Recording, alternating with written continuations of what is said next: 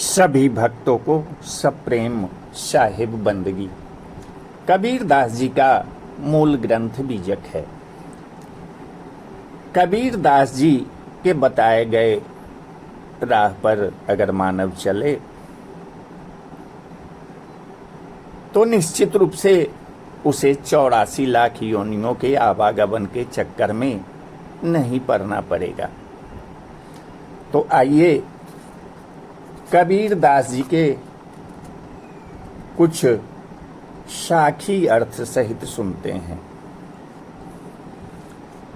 लोहा केरी नाबरी पाहन गरुआ भार, सिर पर बिख की मोटरी चाहे उतरन पार। कबीरा चाहे उतरन पार।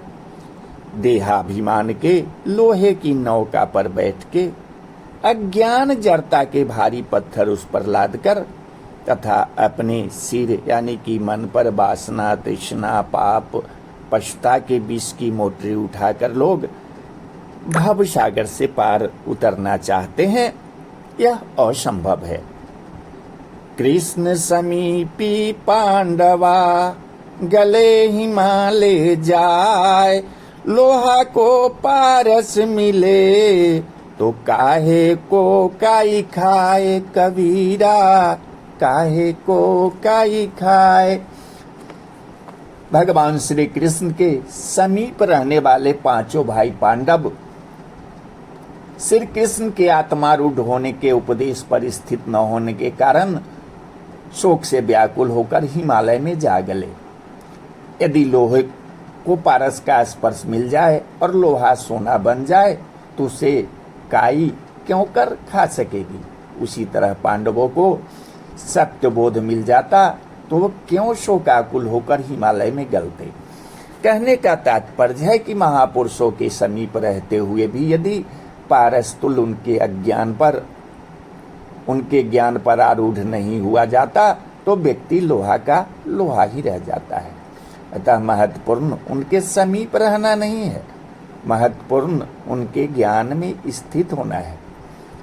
महापुरुषों का शरीर भी विनाशी होता है।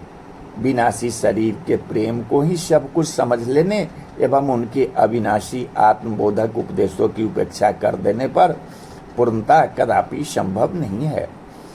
पूरब उगए पश्चिम अथवै भखै पौन के फूल, ताऊ को राहु ग्रसै मानुख काहे को भूल। कबीरा मानुख काहे को भूल।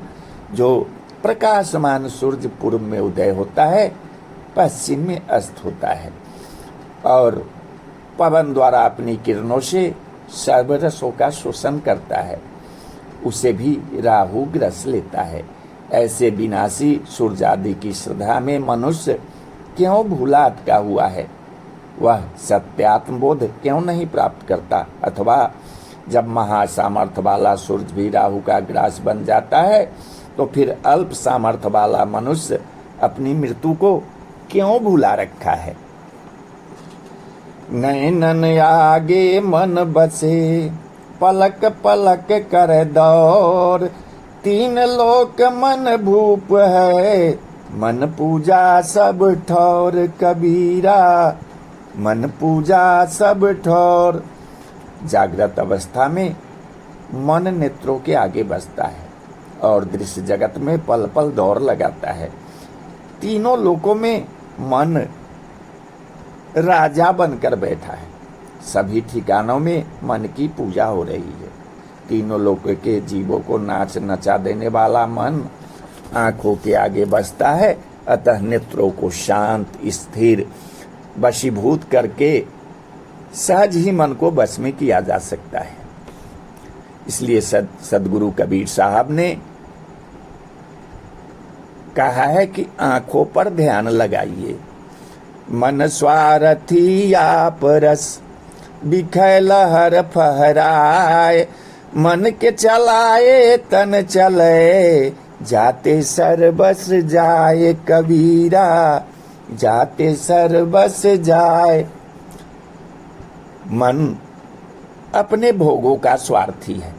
वह सदैव विषय लहर को फहराता उठाता रहता है। मन के चलाए अनुसार शरीर चलता है, इसलिए सुख, शांति, बोध, ज्ञान आदि सर्वस्व नष्ट हो जाते हैं।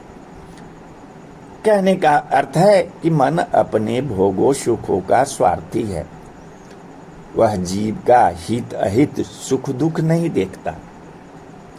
जीवन का संचालन आत्मा के द्वारा होना चाहिए, लेकिन जब मन के द्वारा होने लग जाता है तो जीवन सार नष्ट हो जाता है। अतः सावधान, मन पर कड़ी दृष्टि रखो और मन के प्रवाह में मत बहो।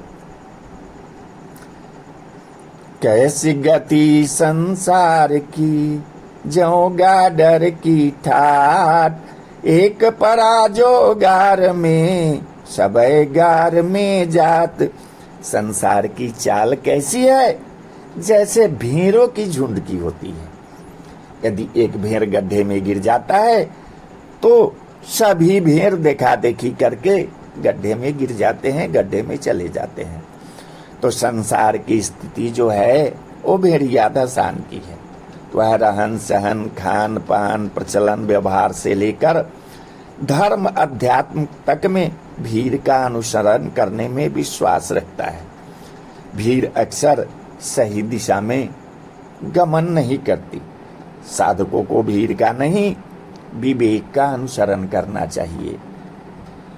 मार्ग तो वह कठिन है, वहां कोई मत जाए, गए ते बहुरे नहीं, कुशल कहे को आए कबीरा, कुशल कहे को आए। भेड़िया धसान वाला मार्ग जो है वो बहुत ज्यादा दुखदाई है। उसमें किसी को मत जाना चाहिए। उसमें जो गए अक्सर वे यथार्थ मार्ग में नहीं लौटे। अब उनकी कुशलता कौन करे। भीड़ का अंधानुसरण करने वाले की विवेक बुद्धि कुंद हो जाती है। फलतः इसका भेड़िया धसान के मार्ग का भीड़ के अनुसरण का इस तरह समर्थक हो जाते हैं कि वे सत्य मार्ग में लौटकर अपनी स्थिति की समीक्षा करने में भी असमर्थ हो जाते हैं। मारी मरे कुसंग की, कीरा साथे बेर, वह हाले वह चीर बे, विधिना संग निवेर कबीरा, विधिना संग निवेर। कुसंग के मारे मनुष्य मरता है। जैसे केला के पेड़ की बेर के साथ दुर्दशा होती है। केले के पत्ते हिलते भी है तो बेर के कांटे उसे फाड़ डालते हैं।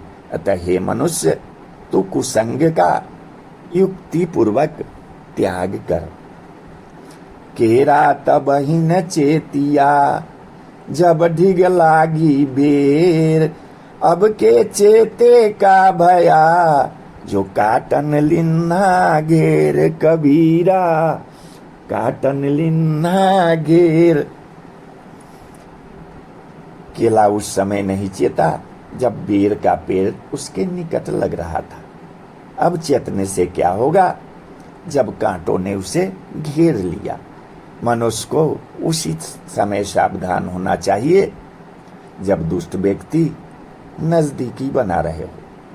पीछे जब उसका स्वभाव और संस्कार प्रभाव डालता है तो उसे त्यागना आसान नहीं रह जाता। जीव मरम जाने नहीं, अंध भया सब जाए, बाधी द्वारे दाद न पावे, जन्म जन्म पछताए कबीरा, जन्म जन्म पछताए। आत्मा का रहस्य कोई नहीं जानता, इसलिए सभी विवेकहीन होकर काल के प्रवाह में बहे चले जाते हैं। मानव विषय शक्ति के कारण आत्मबोध की प्राप्ति का द्वार नहीं पाता, फलतः जन्म जन्म पछताता है। जाको सतगुरु ना मिला, व्याकुल दुहु दिशि धाय, आँखिन सूझे बाउरा, घर जरे घूर बुताए कबीरा, घर जरे घूर बुताए।